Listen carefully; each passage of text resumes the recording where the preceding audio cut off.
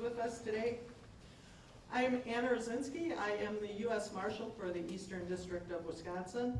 I'd like to welcome all of our state and local partners that are here today and for joining us on the success of Operation Honey Badger. The U.S. Marshal Service has been in existence since 1789 and has long been responsible for protecting our democracy through judicial security. But another thing, a vital part of our duties, is finding and the apprehension of violent fugitives. We do this through our Fugitive Task Force, who is led by our Deputy U.S. Marshals and augmented with task force officers from our local, state, and federal law enforcement partners. Earlier this year, we were asked by the Attorney General and our Director to focus on the upward trend of violent crime in our communities and to do our part to remove some of the offenders from these communities. In the Eastern District of Wisconsin, our Fugitive Task Force put together Operation Triple Beam Honey Badger. This operation was similar in concept to national effort by the U.S. Marshal Service and recently ended in major cities called Operation North Star. The focus was to do a very targeted operation that was aimed at removing violent offenders, gang members, illegal guns, and drugs off our streets. Task force officers were asked to gather cases within their jurisdictions of some of their most violent and troublesome felons in their communities. The Fugitive Task Force then did small, targeted missions in each of the larger metropolitan areas in the Eastern District of Wisconsin, each lasting up to 3 days in a period that entailed from May 22nd to July 31st. Operation Honey Badger was very successful in that they arrested more than 260 people. Total warrants cleared was 860, and you have the breakdown on the press release that you were given. I want to thank Supervisory Deputy U.S. Marshal Jeremy Loesch for his leadership, all of our partnering TFOs and their agencies for an excellent and successful mission. And one of the reasons that this was so successful was the planning in advance. I'm proud to say that not one citizen, offender, or law enforcement personnel was injured in the execution of this endeavor. Any time that we can remove violent offenders from the community without incident or injury to anyone else in the community, it is a win. I'd like to turn it over to our acting U.S. Attorney, Rick Froling, if you'd like to say a few words, Rick. Sure. Good morning, everybody. It's always an honor to be a part of any event or program that recognizes the good work of law enforcement. Every day, men and women across the country, including the people who were involved in Operation Triple Beam Honey Badger, go to work, make sacrifices, work long hours, and put themselves at risk to protect all of us. And so it's especially rewarding to be here and commend the good work in this case. As the Marshal explained, this operation, as part of the overall violent crime strategy in the district, was aimed at removing violent offenders from the street, offenders who had been involved in the court process and absconded or didn't want to play any part in it.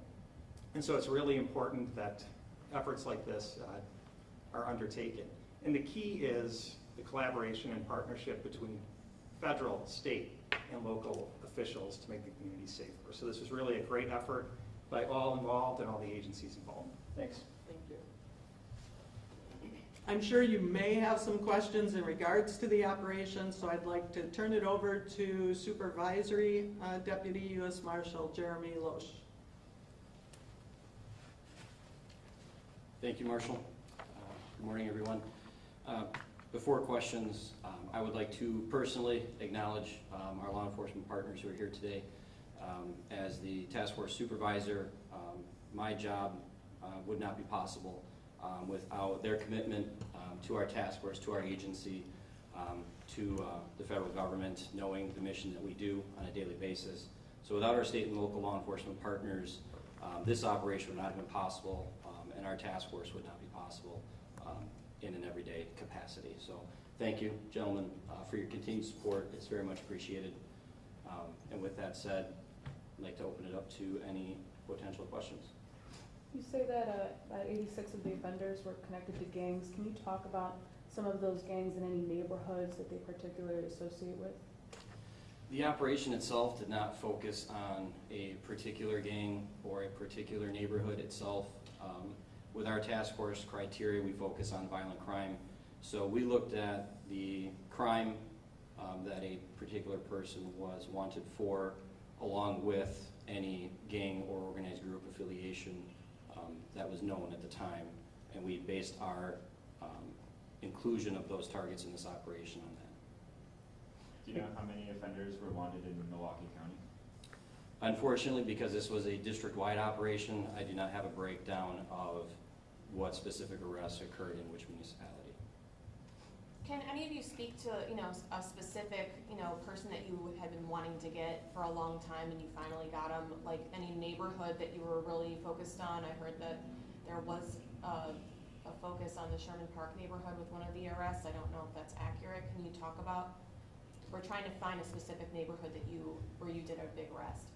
Again, to say that we targeted a specific neighborhood would be inaccurate. It was the offenders themselves. So where the offenders took us is where we operated. Who lived where?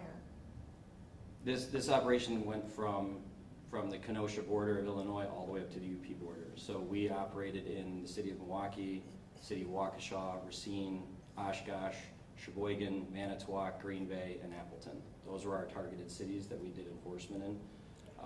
However, outside of our targeted enforcement, we as a task force also assist other agencies that ask for help. So in between doing targeted enforcement work for honey badger, we are also continuing to work with local partners who may not necessarily be able to participate full-time in our task force, but yet still need help in their investigations. So we are completing many missions at one time, all encompassed into one single operation. Was there a reason for the specific length of it being from May to July? So that we could accomplish what we wanted to. We wanted to try to focus our efforts on the various municipalities, and we needed a certain length of time to be able to travel to all the different municipalities and give them the resources that we could. We could not do it in succession, city to city to city. We had to break that up over the 6-week period.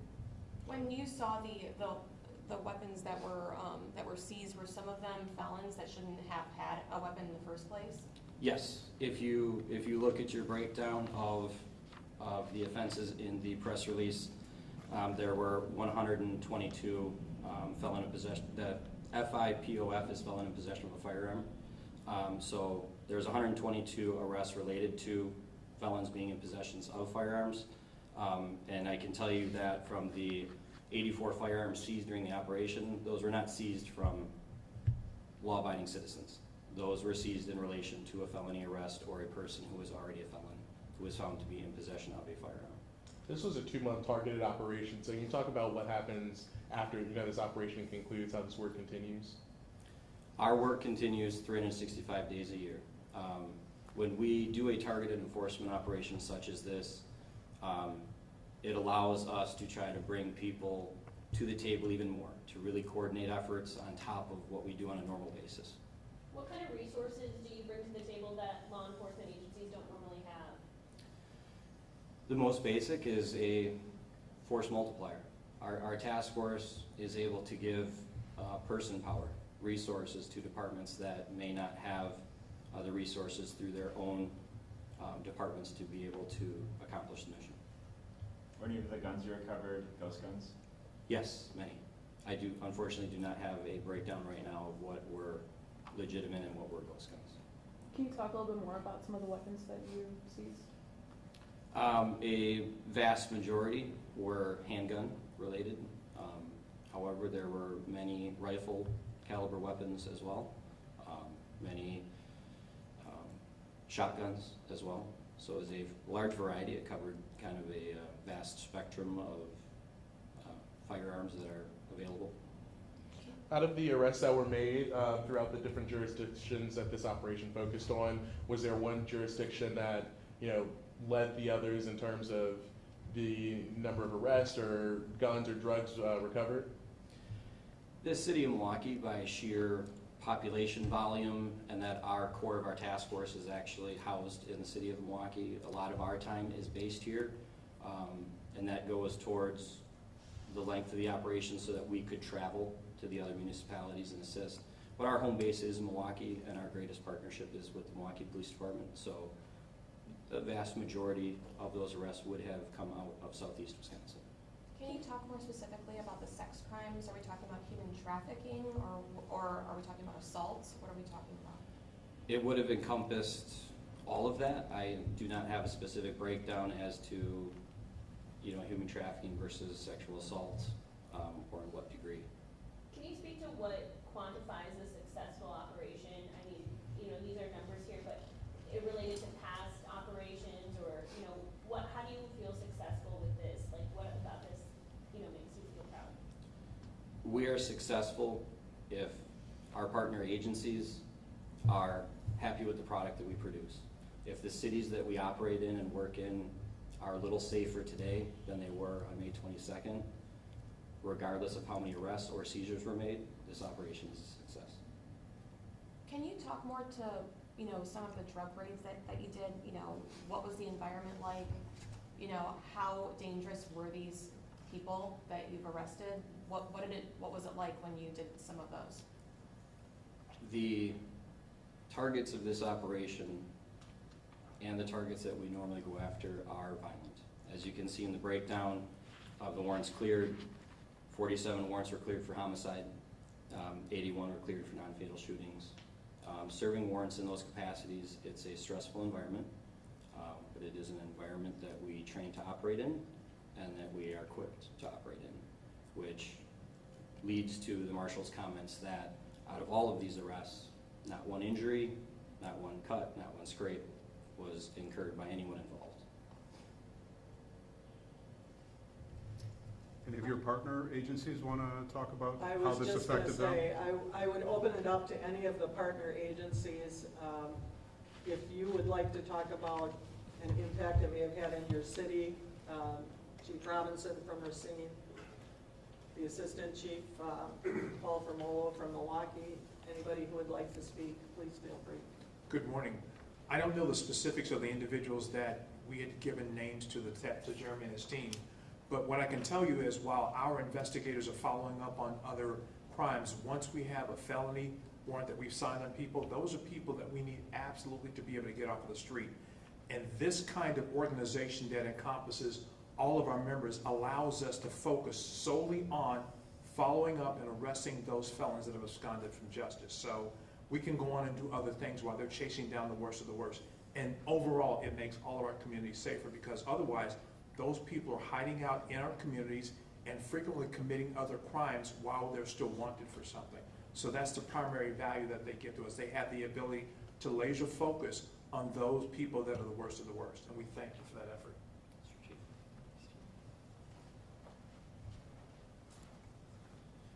Thank you, Marshal. Milwaukee Police Department, we're very proud of our long-standing relationship with the U.S. Marshals. We've been partners with them for as long as I've been on the job, which is over 26 years. And we just got a great working relationship. It's refreshing to know that when an individual in our community commits one of the worst crimes you can do, that we can call on the Marshals here, and they're going to make that a priority for us. I'm very proud to be a part of this opportunity to recognize the work of our task force officers and the deputy marshals. These men and women assigned to this task force, every single day they are putting their lives on the line to go after the worst of the worst. These are the people that do not want to be found. They do not want to be found, and while they're out on the excuse me, on the run, they're out there committing new crimes. And I thank you guys for your effort. Appreciate it. Thank you. Anybody else like to speak?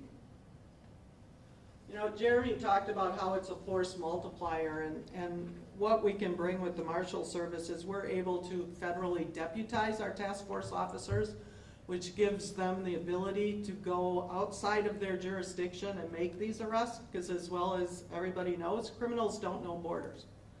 They go all over and they will do what they can to abscond and not be found. So through the task force, we are able to find them, get them, and take them into custody. You were talking about specific cases and where I can't remember the address, but I went up to visit the task force around the district as they were doing their operation, and I was in Appleton at the police department, and the police chief came in. He couldn't be here today, and thanked me because there was a house that was particularly troubling in a neighborhood. And they took that house down. They were able to shut that house down. It was a drug house. And the neighbors were coming up and offering the guys water and food, saying, thank you. We've been asking for this. And that's why we do this. There are so many good citizens out there who sometimes get trapped in a bad situation, and we want to make sure that we can make their communities as safe as we possibly can. So, if there are no other questions, I want to thank you all for coming. We hope to continue this type of operation in the future, but as Jeremy stated, on a day-to-day basis, these guys go out and put their life on the line so that they can make safer communities for everybody. And it is greatly appreciated. And I thank you for coming today, because without us being able to get the message out, not that their work would be in vain, but it's nice to know that people care enough to understand that what they're doing does help their communities. So thank you so much. Anybody else? Thank you.